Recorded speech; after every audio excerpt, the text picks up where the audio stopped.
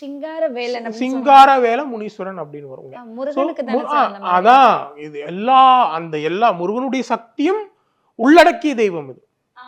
ஓகேங்களா? இப்போ வந்து நான் ஏற்கனவே உங்களுக்கு சொல்லியிருப்பேன்னு நினைக்கிறேன். அதாவது வந்து சனின்றது வந்து இரும்பு.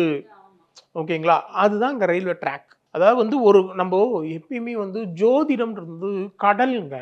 அது வந்து ரொம்ப பெருசு. நம்ம வந்து வெறும் இந்த ராசி பலன் இந்த மாதிரி சில விஷயங்கள், சில கோயில் அப்படின்னு நீங்க ஒரு கோயில் எடுத்துட்டீங்கன்னா அதனுடைய அம்சம் எல்லாம் அதனுடைய பக்கத்துல இருக்கும். அது எந்த கிரகத்தால வந்து இப்போ நீங்க பைரவர் அப்படின்னு எடுத்துட்டீங்கன்னா சுடுகாட்டுல இருக்கும். காளின்னு எடுத்தீங்கன்னா சுடுகாட்டுல இருக்கும். ஓகேங்களா?